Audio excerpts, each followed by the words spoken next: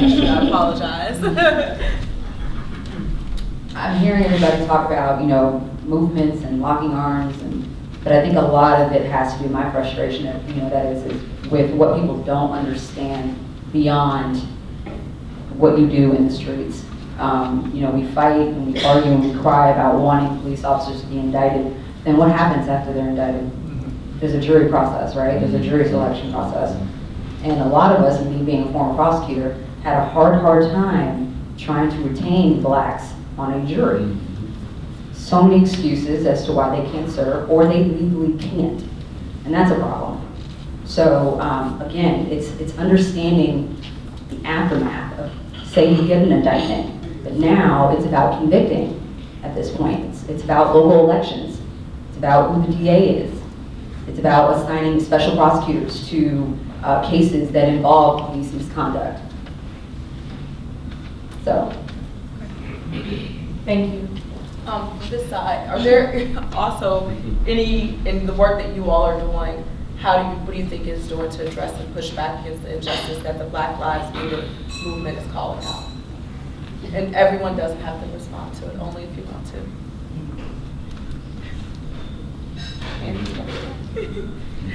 As I put pressure on. It's a really interesting question for me because it's both a personal question, right, and it's a question about the work that we do, social justice work we do in the labor movement and in this union. And I think it came to a head for me personally, as a white person, when I attended. You're white?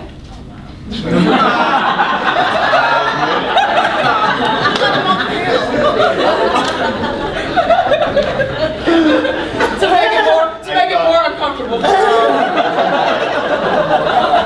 Now he's actually a little red. I just wanted to make sure you knew. Yeah.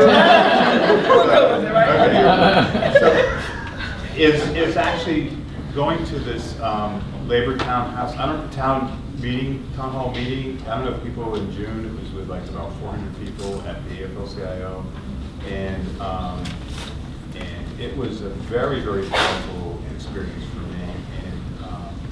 And I just heard a lot of things there that I'd never heard, and for me that was kind of painful because I grew up in a household that was very active in the South in the civil rights movement. I've been active in the civil rights movement and stuff, and so I felt like, wow, so I get this. We do campaigns and stuff like that. And I realized then that, no, I don't get most of this at all, right? So it was a very awakening thing. But the one incident that I really walked away with, and this meeting was like about a week after Charleston, which I think has shook up almost anybody in this country who has any type of feelings whatsoever. That was just like a low point, I guess. And this meeting went on and on and on, and people would talk, and people opened mics and all this stuff. And finally, someone said, "Well, we have to figure out what we're going to do." And someone said, "Can just the white people in this room promise that you'll talk to 5 other whites tomorrow and say, Black Lives Matter?" And my response is, of course, you can imagine the whites in that room, everyone raised their hand, right? But what got to me is that's it, and that says a lot, that of a gulf of understanding between blacks and whites, in this country. So I started thinking about that, and I started thinking about, well, then whatever we do in our racial justice campaigns, we have to make a real special effort to make sure that it's the white Teamsters stand up and say, let Black Lives Matter.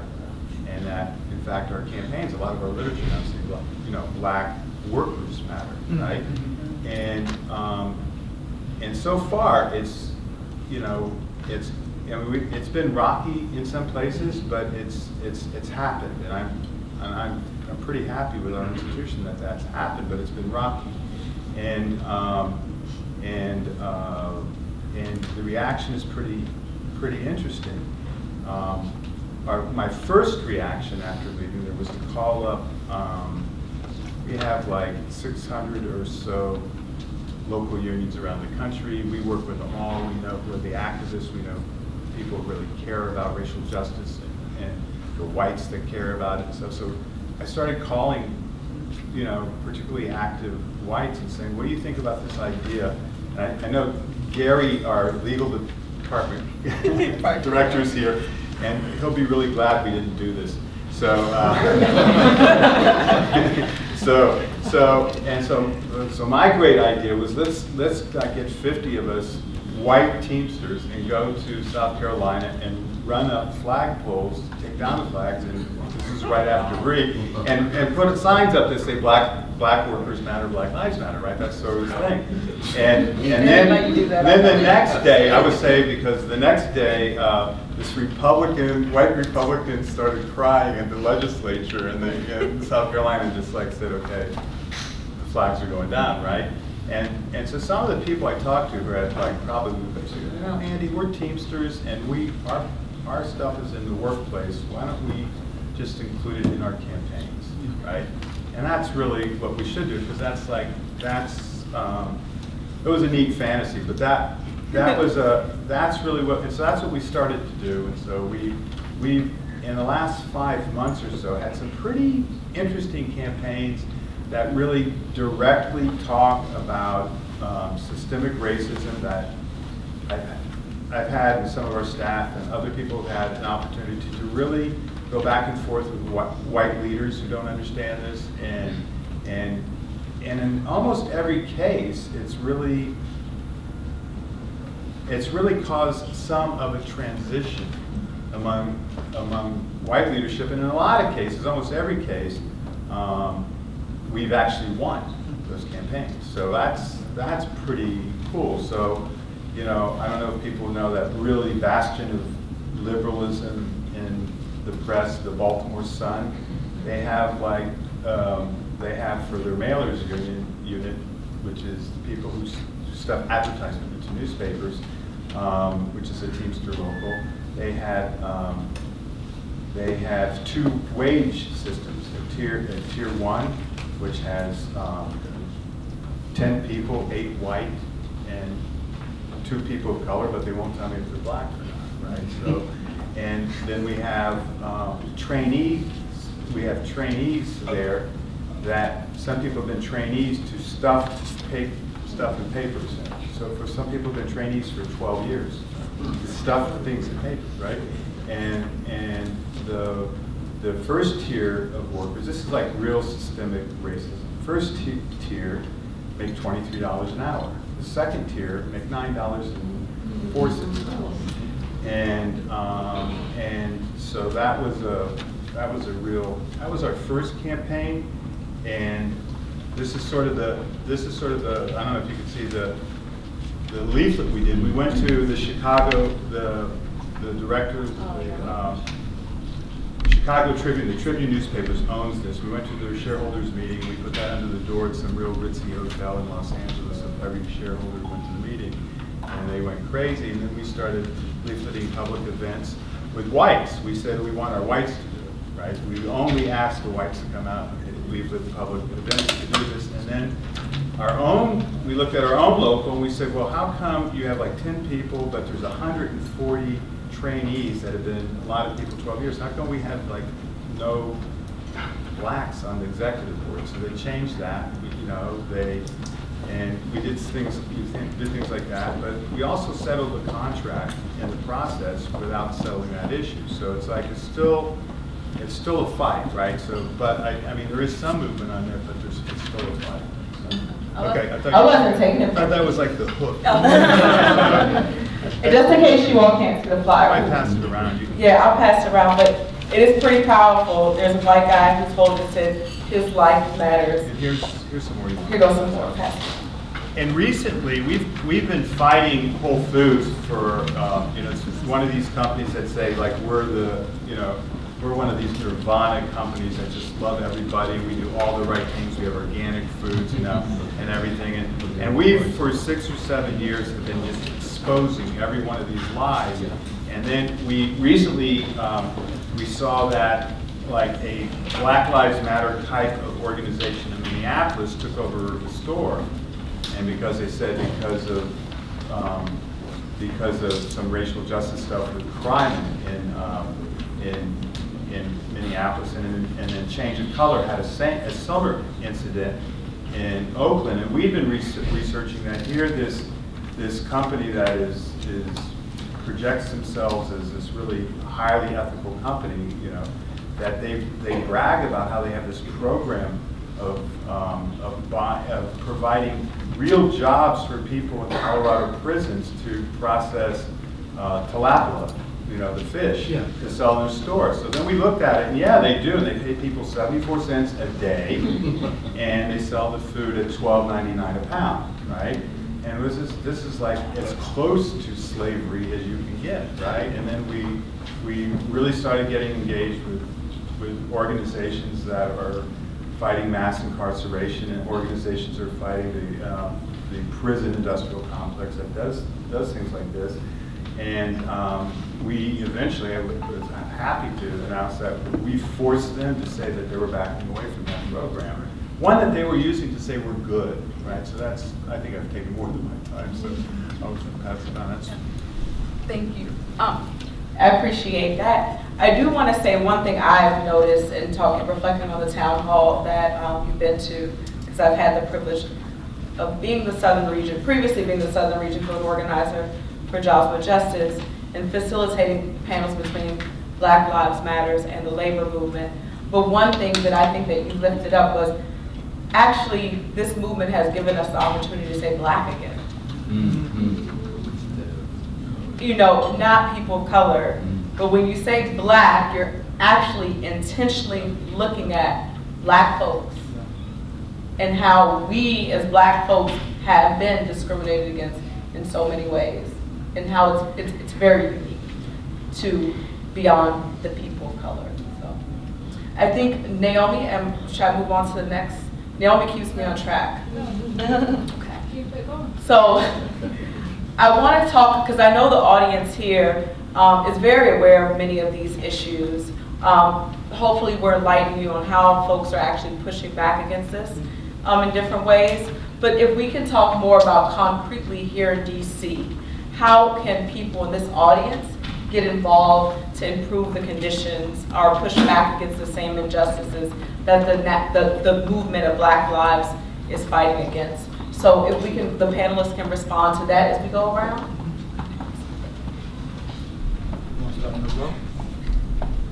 We popcorn style, whoever feels like something they. You can start.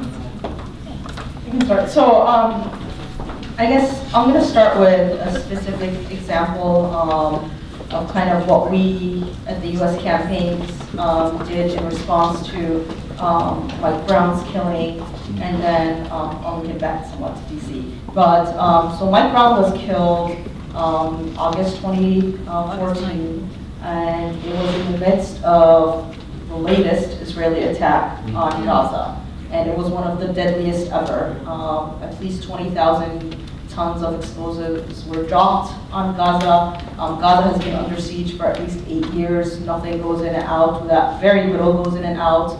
They're under siege by land, air, sea.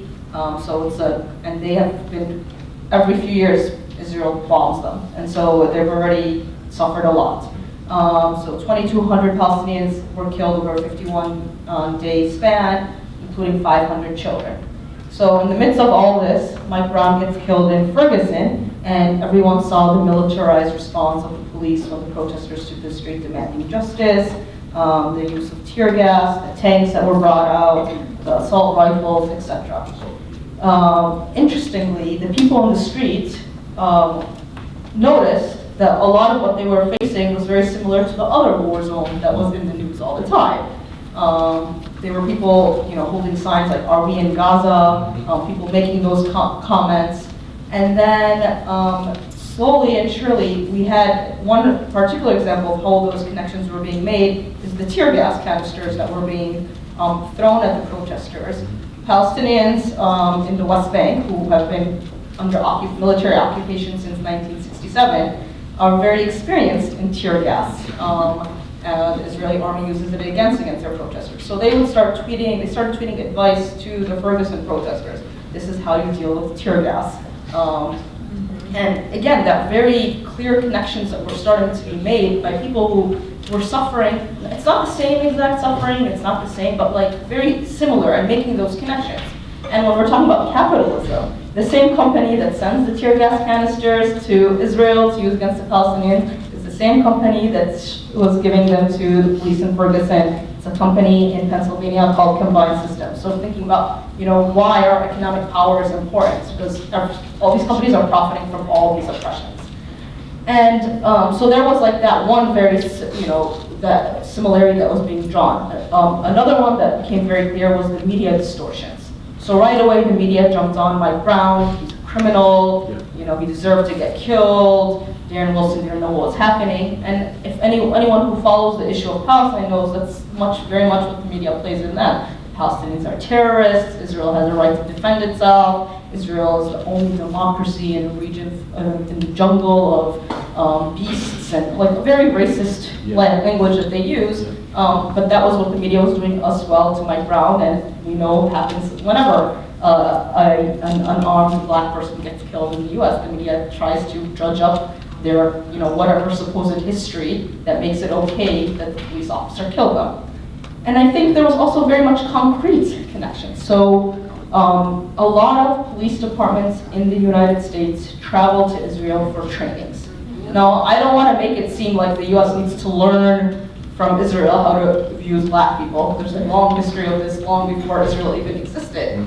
But there are those connections being made where oppressive systems are learning from each other. So at least, like a former county police chief in St. Louis was one of 15 American officials who trained and did a week-long training in Israel a few years back. Another police officer chief had done a law enforcement exchange program with various Israeli security groups in Israel as well. So those are the connections. Those are the very concrete connections that we need to be aware of when we're thinking about why does this matter for us here, why does it matter for us there. And I'm telling you, a lot of Palestinian groups here in the US are making that, saying that our liberation as Palestinians cannot be complete as long as black people are also not liberated. So when we worked with the Ferguson, in Ferguson, when the protesters called for a weekend of resistance back in October, we helped with our coalition partner, the U.S. Palestinian Community Network, to put together a Palestine contingent, where we had about 100 people come down to St. Louis,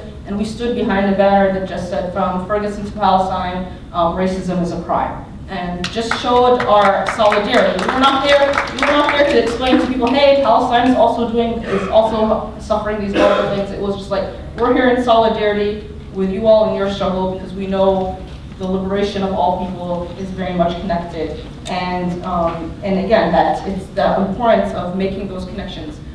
In terms of specific DC, it's very important to think about, when we're talking about connections and fighting system of oppressions, think also how we're complicit in different types of oppressions. So, for example, for everyone in this room who is a US citizen who pays taxes, that makes us, each and every one of us, complicit in Israel's oppression of the Palestinian people. Because every single year, the US gives Israel about $3 billion in military aid, in weapons. So the weapons that are being used to kill Palestinian children are supplied by the US government from our taxpayers. So when our politicians tell us there's no money for schools, there's no money for roads, we have to shut down hospitals, it's a lie. There is plenty of money, because we tend to always find money for Israel. And recently, the Prime Minister of Israel, Netanyahu, was in town last week asking for an additional $50 billion in military aid. So I think it's also important to think about what potential privileges we have as US citizens in a globalized world, and what that means when we're living in DC, which is the heart of the US empire. You want me to keep going? Okay. Yes. All right. So one of the things we try to help people understand is the violence of the American dream, particularly on black immigrants. So there's kind of a mythology around black immigrants. So you're doing well in school and all these things. So you see the narrative of how people talk about you is not the reality that you're actually living. And so one of the things we break down is that there's a lot of conversation around the wage gap, and usually the wage gap is around, there's the wage gap between men and women. So men make $1, and really white women make 78 cents, and that's really what they're talking about. But for African immigrants in particular, there's a 60% wage gap, so a 40% wage gap. So for every $1 a white person makes, you make 60 cents. So the reality is that, and we have also the highest levels of unemployment. So despite what people are saying and despite achievements, your economic experience in America is not the reality. And so if you look at the work, a lot of the literature, particularly like black economists like Patrick Mason, what you find is that black immigrants, when they come to this country, end up assimilating to the economic position of African Americans over a few generations. So the reality is that black immigrants realize that there's a global economy that's disappearing under your feet. That same global economy that made your home countries unlivable and made you migrate to this country, and you're now finding that the opportunity that you came for doesn't exist. So what happens when you are not assimilating as other immigrants are tending to tend to, right? As usually the immigration literature says that over time you're supposed to experience less discrimination. But for black immigrants, that's not the reality. So what happens when that is the case? What happens is that now you face all of the violence of the social control mechanisms that we call mass criminalization. That is what you're facing. And in this global war on terror, one of the things, particularly in 2001, there was all this animus, policymakers saying, we were worried about these Muslim immigrants, and so this really vague, racialized, South Asian, Middle Eastern, like all these terms that were being thrown out that no one really knows. The average American actually doesn't know what they mean, right? But this Muslim immigrant. But the reality is that the number one groups deported as criminal aliens from 2001 to now, right, proportionally were African and Caribbean immigrants, right? So despite the language of racialized terror shifting, really what is happening is that black immigrants, even though we don't see ourselves as immigrants, we are facing like high levels of incarceration, deportation, and detention. These things are reality. So what can you do in concrete ways? So one of the things we can do is we can fight to demand full investment into our communities around housing and education and employment, right? As has been said before, is that there's plenty of money for everybody. There is no scarcity. There's plenty of money for you to get full access to housing, full access to education, full access to all the things that you need. And also we ask that you really fight to divest from all of these aspects of mass criminalization, from policing, from prisons, incarceration. And then ultimately, along with that, because of the way we think about abolition at Baja, we think about it as what do you not like about society as it stands, but also what do you want to create? How do you want to imagine a new world where your family and your community is safe? So of course we are upset with police brutality and immigration detention and deportation and our families being ripped apart. Those things are terrible. I mean, and for immigrants, police officers under 287G are also immigration enforcement officers. So when they get you and they find out you're an immigrant, then you are deported and they share information with ICE. And then after you spend a night or two in jail, next thing you know, somebody's knocking at your door finding where you're from. So of course we're worried about those things, but what we also want to create, we want to create a different world, particularly around policing in particular as a particular issue is we want to create a world where we can address violence in our community on our own terms. That is in ways that are healthy. We do have issues of violence around domestic violence, street harassment, gang violence. All these things are very real and don't change. But we want to address those in ways that are healthy, that actually address root causes of these forms of violence. And one of the things that it's going to take to really understand and come to terms with these forms of violence is also being honest about the hierarchies within our community. Right, there's around gender inequity, violence against LGBTQ members. These are real things that these systems of oppression play upon, right? So when they come to your community board or your city council meeting, one of the things they say, oh, you feel unsafe because there's young people on the corner, there's gang violence. Well, I got you. I'm going to put more police in your community. So they play upon your fears. So one, we have to address that because this is how these systems come in, but also the prerequisite or before we get black liberation on a global scale and a local scale, we have to address issues around gender justice and sexuality that are violating our community, that we have untold levels of violence that are going on. So if we can address that, we can build on that, and also demand much more resources for full access to employment, housing, and education, and divest from policing, divest from incarceration. That is key ways that you can do in New York City. You can do that in DC right now. You don't gotta, get a few people together, you can work on these things yourself and make something different than what you've been experiencing. Andy, since you told us about some of the campaigns and kicked us off, I'm going to pass it along. And actually, Tiffany has done some direct work in DC, and just a little plug, if you're not tweeting, you should be tweeting. Does everybody have the hashtag? Tiffany has millions of followers. But you can also attend DC City Council hearings and fight for these things. If you want to know how to do that, I'll be here afterwards. But I'm passing on to Tiffany. So I just want to touch on briefly just like some real concrete on-ramps, and I'll be happy to dig a little deeper with anybody if you want to catch up with me afterwards. But again, in my professional life, I'm an organizer, so if you want to get involved in labor campaigns in Washington, D.C. area, and you want to volunteer, and union density means something to you, and Black workers matter to you, we always have opportunities for people to volunteer and help us organize. So switching hats to I'm a core organizer for the Stop Police Terror Project, which is formerly DC Ferguson. And so we have, we're trying to build some infrastructure, and it's hard because all of us have full-time jobs. Some of us have several full-time jobs because they work in retail and they're trying to cobble together a living.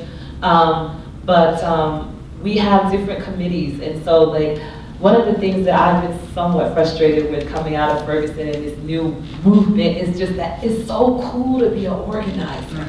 Everybody's like, oh, I'm an organizer. I organize with this and I organize with that. So it's something that Obama was an organizer. Right, and now I'm an organizer, right? And so like, I don't take offense to that as someone who's been doing the work, but I do want people, if they are identifying as organizers, we try to give them tools and educate them on how to have a conversation, how to draw out the issues you want, how to get people on our side, right? Those people that try to work against us, the forces that work against us, even, and I mean like in your house, in your relationships, right? Like giving people concrete tools on how to navigate their newfound activism, as well as giving them on-ramps to on-the-ground activism. So we do legislative work.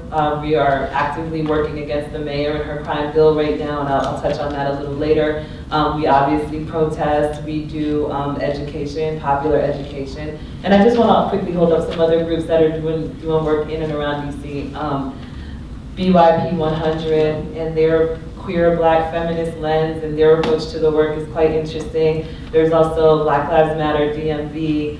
There's a spokes council that meets, I want to say, every other week or every week at the Washington Peace Center, and it's a coalition of a whole bunch of groups. And please, if you're in the room and I didn't name your organization, I'm sorry, blame my head, not my heart, because I love what everybody's doing. But there are lots and lots of ways for people. Everybody's not a protester. And I think that one of the most interesting things about what people are trying to do in DC is find a way for everybody to fit in where they can get in the actual movement, whether it's an op-ed, whether it's giving people rides to the polls, whether it's, organizing around a non-traditional candidate. There are lots and lots of on-ramps to on-the-ground activism, and I'm happy to follow up afterwards. You have another question? The question was how people directly can get involved here in DC. So I was going to say I have an article online called 10 Ways to Make Activism a Lifestyle and Not a Fad. And so I think it is important to kind of approach it from that perspective. I think activism should be a way of life. It factors into what you buy, into what you wear, into what you eat, who your friends are, what conferences you do and don't go to, that every single decision that you make can be a liberal, progressive, justice-based decision. So I think it's more important to approach it from that standpoint versus feeling that you should engage in acts of justice. Because acts of justice are not going to sustain us in the long run. Because we're all going to run out of fuel, we're going to run out of resources, we're going to run out of energy, we're going to become hopeless if we're constantly committed to acts of justice. But I think if we commit to a lifestyle of justice, then you're in it for the long haul. Whether or not the media is talking about it, you're talking about it, you're passionate about it. And just questions that I would give to you to think about that have helped me. One question is, what breaks your heart? If you're really trying to figure out where you should enter, maybe it's not police brutality for you, but there's something that breaks your heart. There's something that angers you. So what's that thing that angers you? We talk about righteous anger. There is a need for anger. But how do you take whatever you're angry about and fuel that into a righteous type of anger? Another question would be, all of us know people and know communities that are in bondage in some way. Maybe you have that family member that's addicted to something. Maybe you have that girlfriend that won't break up with that dude. Whatever it is, there's bondage all around us, and you have the power to break some of those chains in whatever way you can. So I think the question is, what are you called to free? Is it a person in your life? Is it a community? Is it a kid? And part of what I've been thinking about is we often talk about how hurt people, but when you feel free, you help free people. Yeah. And thinking about that as part of our liberation work, that it's not just about showing up at a protest, but it's about a life that's committed to the liberation of your family members, your friends, everyone and everything around you. And the ultimate question is, you said something very profound about the world that we want to live in, right? There's another part to that, which is, who do you have to be to create the world that you want to live in? And that's a lot of internal soul seeking, but I think that for me, that was my journey to really figuring out what my role was in all of this. I think it's okay to come up, y'all. Listen, I feel like the silence snapping. Y'all do not look like a quiet room. I'm definitely not quiet. Thank you. I want to focus it more on why do you think that this movement is important to the folks in this room? Why is Black Lives Matter is important to Eritreans? So I'm going to ask.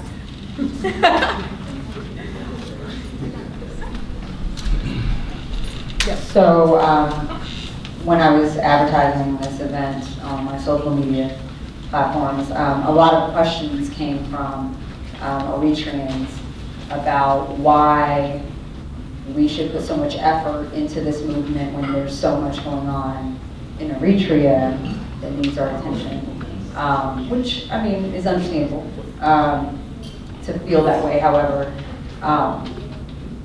like I said initially, everybody is affected by this movement. Although you're from a country in northern East Africa, you are here in America and you're seen as a Black person. And so a lot of the issues that Black Lives Matter is trying to address and remedy affects you directly. And so first and foremost, I don't know if a lot of you know what's going on in Eritrea, but we do have issues in terms of humanitarian rights. I mean, I'm a criminal defense attorney. I've done asylum applications for people who come directly from our country. It's deplorable there. But first and foremost, I think what is lacking within our own community, Eritrean community, that is a dialogue. We're so divided that we can't even have a conversation and be in the same room. So maybe we should take some notes from this movement, the Black Lives Matter movement, Eritreans, and talking to you, and figure out a way to be cohesive and understand that we have to first be able to have a dialogue in order to address some of these issues. Am I answering the question? Okay. Yes. Okay, fellow. This has been very difficult for me. Part of it has been because I have a very large platform. A lot of people follow Urban Cuss, and God has blessed me to have a lot of people listen to me and do what I say. And in many ways, people have felt that because I have this large platform, I should be constantly speaking about my homeland, my country. And you know, honestly, I feel like that's something that people should take up with God and not me. And I mean that with all my heart, that if I believe that if I was meant to fight in a very particular way, I would have had a very different life. You know, and I think there is something where our people, meaning our first generation, Eritreans, Ethiopians, even Nigerians, whatever you are, we're always going to have that tension with the homeland. Especially if you grew up here and you spend your whole life just trying to go to college and figure out how to pay for it. Like, that was my #1 mission in life, that I have devoted everything to being a good student, but my family can't afford it, right? And so is all of this gonna go to waste? So my first mission was making sure that all my years of studying hard was not gonna go to waste. And I had to get those financial-based and merit-based scholarships to even make it to the schools that I went to, right? And so I say that to say there's a certain privilege in telling people what they should be fighting for. If you could have paid my tuition in college, maybe I would have had the luxury of being Pan-African in my scope, right? But I had to basically live out the reality of being an immigrant, figuring out how to make it. I'm still trying to figure out how to make it, because at the end of the day, I don't have any trust fund that's gonna back me and take care of me, right? Matter of fact, my success is the one thing that is in line with the American dream. Because if you look at the rest of my family, it's not really a lot of manifestations of the American dream, right? And so are they proud of me? Is me winning and me being on television or me being on a panel a part of my family, seeing the hopes that they literally were willing to die for, right? These are people who were willing to fight for self-determination. And a part of my self-determination is I get to make what I want to make of my life. And that's what I want for my people. I want my people, and I'm talking about back home as well as African Americans here, I want all of my people to be able to craft the life that they want for themselves.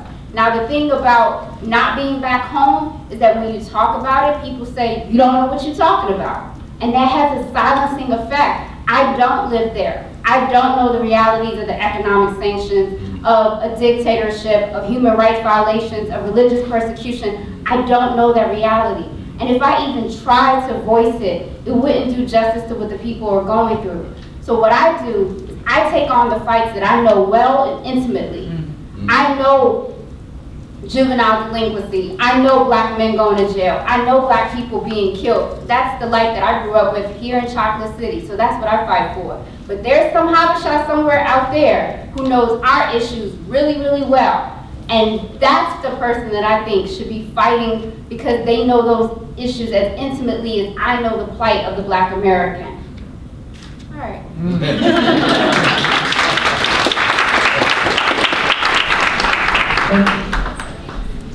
Tiffany, I'm going to ask you, I'll ask you to talk a little bit more about the mayor's bill here in DC and if there are opportunities for folks in this audience to get engaged in things that are happening here.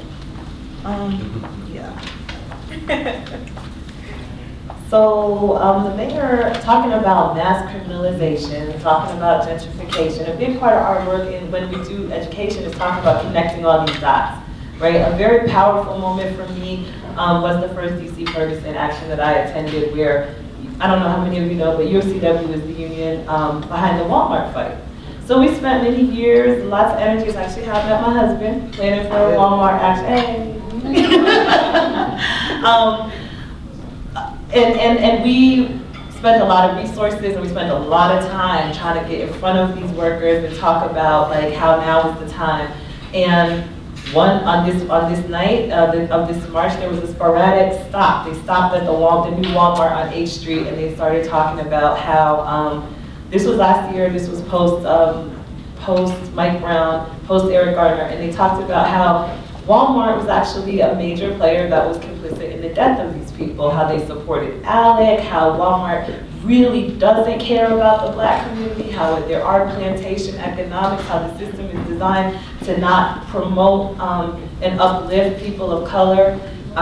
And then the protesters went inside the store. And they just like stormed the store and it was like Black Lives Matter, and that's what they were saying, and like you guys matter and you can't come out with us, but like our heart is with you and we know that like your struggle is our struggle.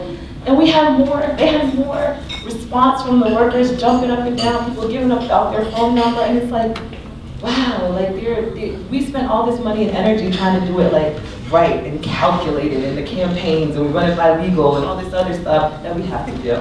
But at the end of the day, it's like the people power, and so that kind of led us to taking on some more political work, and that's where the mayor's bill stuff comes in hand. So criminalization and gentrification and Ward 8. So Ward 8 is in Southeast, east of the river. It's where I live and love. I've always lived in Ward 8 since I moved here. But it's like the last place that hasn't been truly gentrified. And it's almost like this Caprini Green thing happened, right? When they realized that the poor people had like the waterfront property, it was like, no, they don't. And so the mayor's bill, we strongly believe that this is another effort to truly gentrify the neighborhood. And so it really, really scrutinizes people that have prior records. It makes the ability for you to, it's almost the easiest way I can explain it is kind of like the minority report.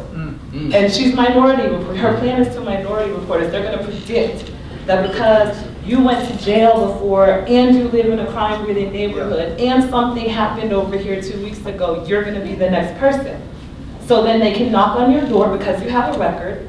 A CSOSA officer could knock on your door and they could say, something happened in this neighborhood, we know that you live here and we just want to see what's going on in your house. They can do a random raid if you are a suspect, or they can predict that you're going to commit a crime. You could be sitting in your house with your children and your family, minding your business, and your door could get kicked in because you committed a crime 8 years ago.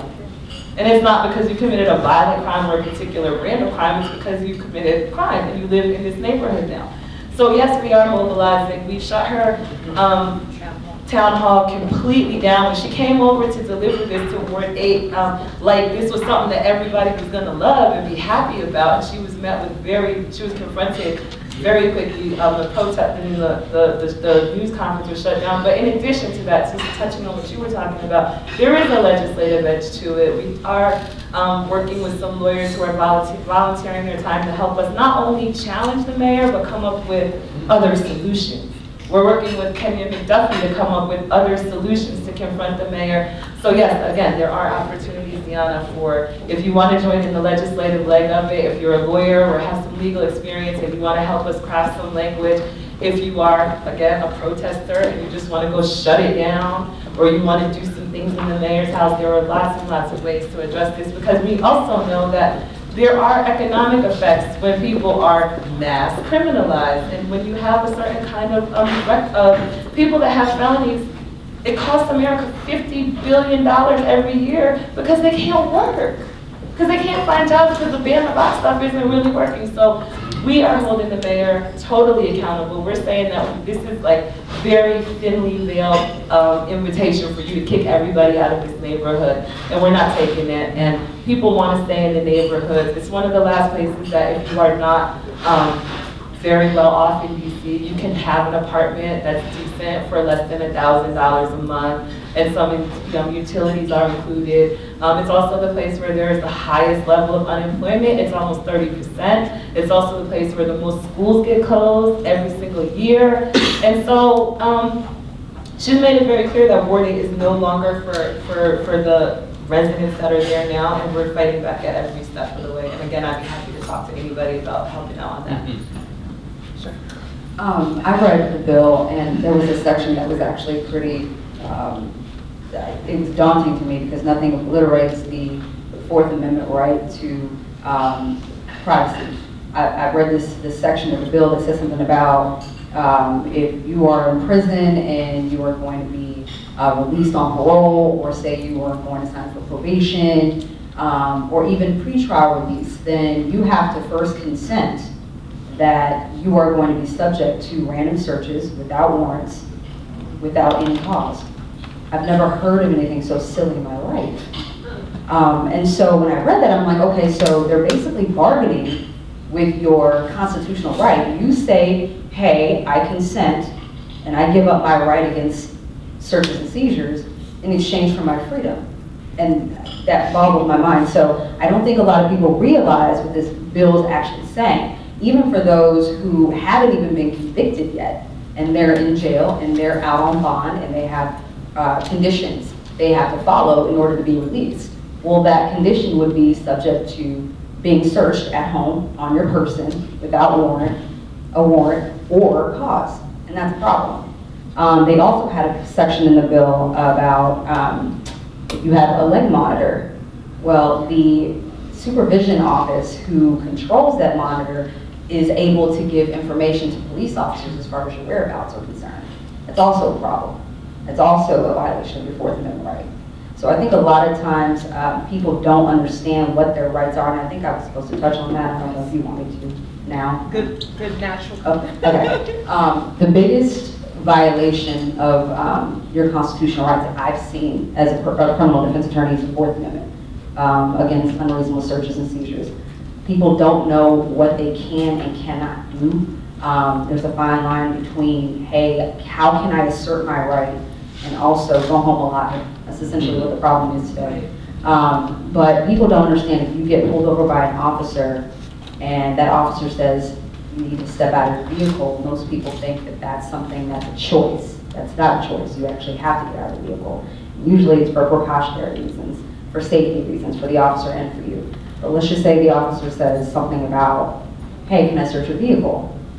And sometimes it's not posed as a question, because if you pose it as a question, that gives the person the idea that you actually have a choice. So the officer will make it sound like it's more of a command, and so people don't know. They see this man who has a gun and a uniform, and they assume that anything they ask me to do, I've got to do. Well, no, you have a right to say no to a search unless that cop has a warrant. And a lot of people don't know these things, and so they let them go, search the vehicle, and it's a fishing expedition at that point, and they've consented. So I say all of that because this bill is actually very overt to me. In reading it, there was nothing that was discreet about it, but I think it's going to harm those that don't actually understand what their rights are, because they're going to read it and think that it's something that is just acceptable, and it's not. So I'm not from DC, but hopefully this bill doesn't pass. So, I just want to add one other thing, that the deeper implications, the interpersonal implication that we're also very worried about is making it possible for people that are returning home to actually have a safe place to go, because this bill also opens the door for your address, the place that you give as your address, to be searched prior to your arrival, to have the police be able to come there at any time. And so then if I have small children there, or if I just don't want to interact with the police as a family member, then I'm not going to open up my home to you.